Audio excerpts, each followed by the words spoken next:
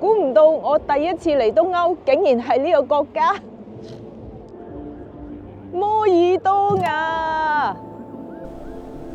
摩爾多瓦咧可以話係歐洲國家裏邊差唔多最窮嗰頭幾位嚟噶啦。即使首都嘅機場都非常之細啊，一眼望晒行李帶得幾條噶咋。就算有航班抵達都好啦，都好似唔係好多人咁噶咋。不過即使呢度遊客幾少都好啦，街上面呢周圍都係換外幣嘅地方噶。因為據統計呢，大約有30%嘅摩爾多瓦人都去咗外地工作啊。原因就係摩爾多瓦嘅收入太低啦，所以外匯嘅流入呢，對佢哋嚟講係佔咗好重嘅 GDP 噶。第一日去到市中心呢，發現一間類似香港嘅兩餸飯餐廳，帶大家睇一睇呢度嘅物價啦。嗱，呢度嘅兩餸飯呢，啲餸呢就要稱過，睇下幾重就收你幾錢嘅。估唔到呢度啲兩餸飯又幾好食喎，個雞咧好好味啊！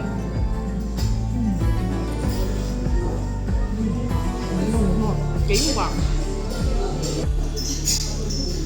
呢個咧我食唔出係咩嚟，佢有肉啦，同埋有啲我估係芝士嚟嘅。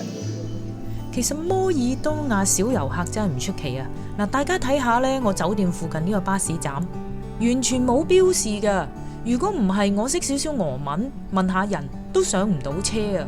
不過意想唔到嘅呢，就係俄文喺呢度呢，等於 second language 咁上下。本身諗住今日早啲出嚟睇個開幕式嘅，但係呢，因為落雨啊，所以呢就嚟唔到個開幕式啦。而家已經11點啦，去到都食晏啦，真係。我琴日呢度打直嗰條路呢都仲係有車㗎，今日呢已經封咗路啦。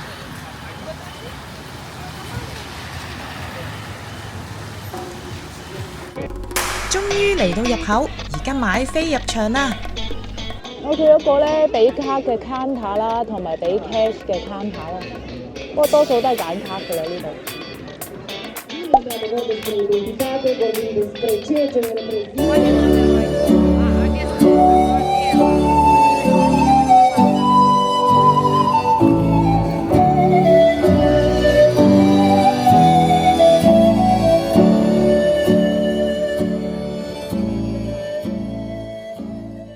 實在太肚餓啦，即刻衝過嚟 Footy Street 食咗嘢先。呢度大部分嘅檔攤呢都係賣緊摩爾多瓦嘅地道美食，望落都幾吸引喎。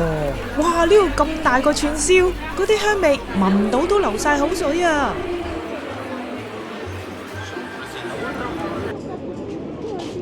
呢個呢就係我嘅午餐啦。而家空肚呢，唔敢飲酒住，食完嘢先。試下呢個大條牛肉腸先。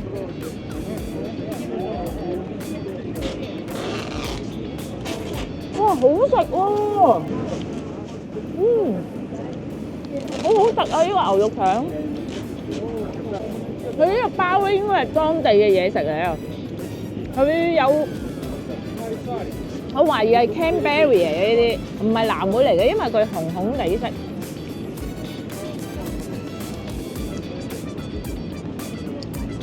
不過呢餐一啲都唔平啊，250蚊，即係120蚊港紙到啊！呢個咧就係隔離台請我食嘅。佢咧有好多芝士喺度啊，所以咧我突然間飲酒就可以保護個胃啊！食完嘢，終於要嚟開飲啊！第一杯就嚟個香檳先啦，入場費250蚊摩爾多瓦幣，大約 around 港紙120蚊到啦。啲人玩得好開心，跳晒舞啊！一班有一班跳，一 pair 呢有一 pair 咁樣跳喎。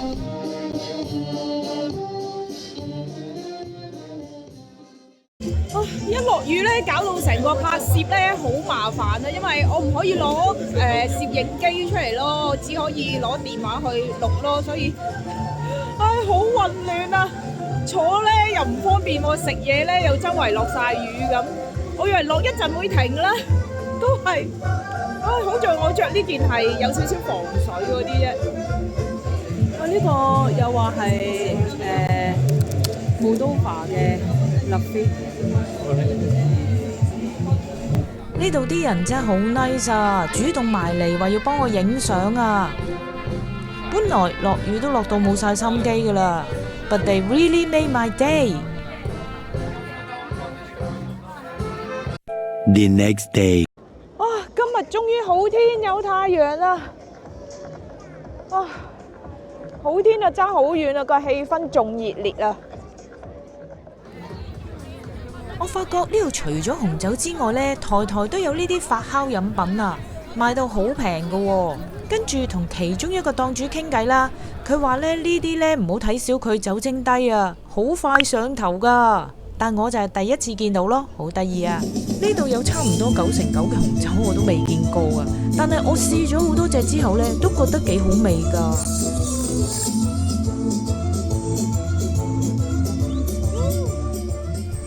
摩爾多瓦嘅紅酒真係令我覺得好驚豔啊！嗱，認住呢條友啊！因為我請佢食咗香港嘅老婆餅之後，佢送咗成支酒俾我啊！有樣嘢我十分欣賞嘅呢，就係佢有啲區域呢係專係俾小朋友去游顏色啊、玩遊戲啊，睇到我都想玩一份啊！咁樣即使你有仔女，帶埋佢嚟都唔使驚佢會悶啊！Cheers！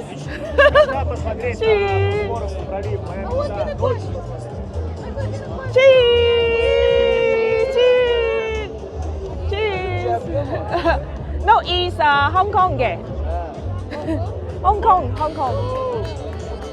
哇！今日晴天，成個 mood 都即刻唔同啊！帶大家睇下呢度嘅周邊先啊！首先喺我身後面嘅就係凱旋門啊！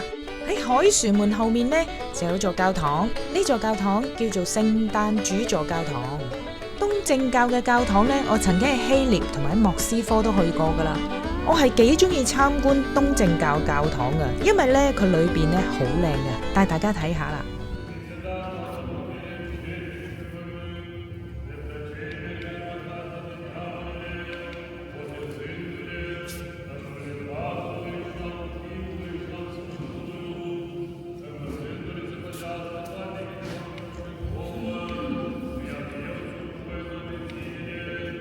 跟住，我想同大家分享一下一啲幾得意嘅嘢。摩爾多瓦車牌左邊係國旗，但係我發現呢度仲有烏克蘭啦，同埋羅馬尼亞嘅車牌啊，甚至乎捷克嘅都有啊。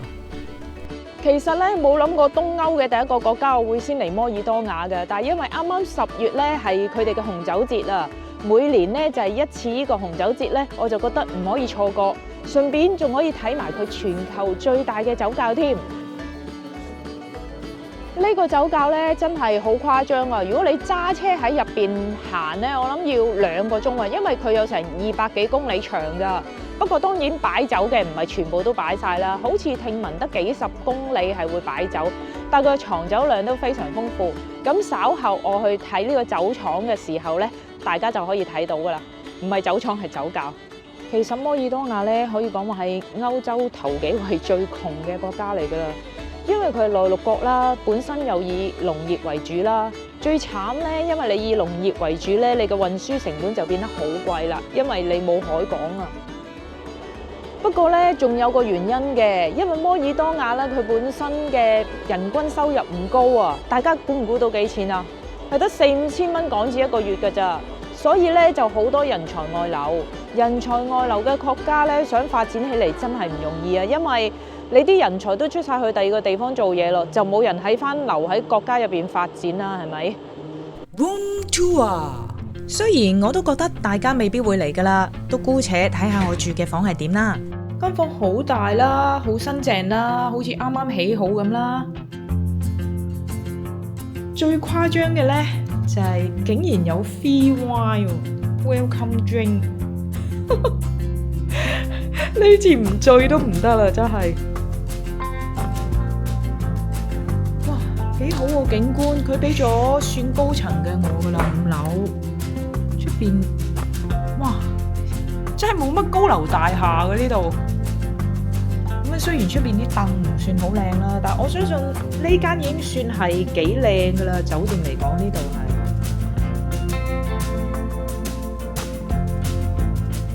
酒店都可以講話係又大又新淨又靚啊，不過離市區有啲遠咯。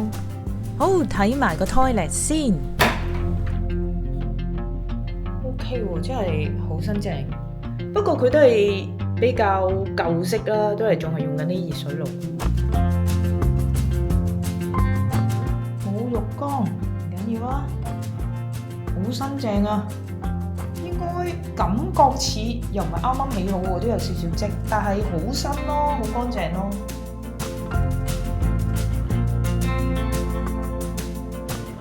呢一段呢，我唔知會唔會播出街啊。不過我好想記錄一下呢，我學咗俄文一段時間啦，但係都係有限公司啦，即係好可惜啊。因為頭先巴士上面呢，有人同我傾偈啊，有個女人呢，佢帶住個女啦。跟住佢唔知想落車定點，跟住我俾佢過啦。佢話：哦，唔係，我唔係落車，即係佢做個動作，我係估到佢唔係落車啦。跟住後尾呢，佢就開始同我傾偈啦。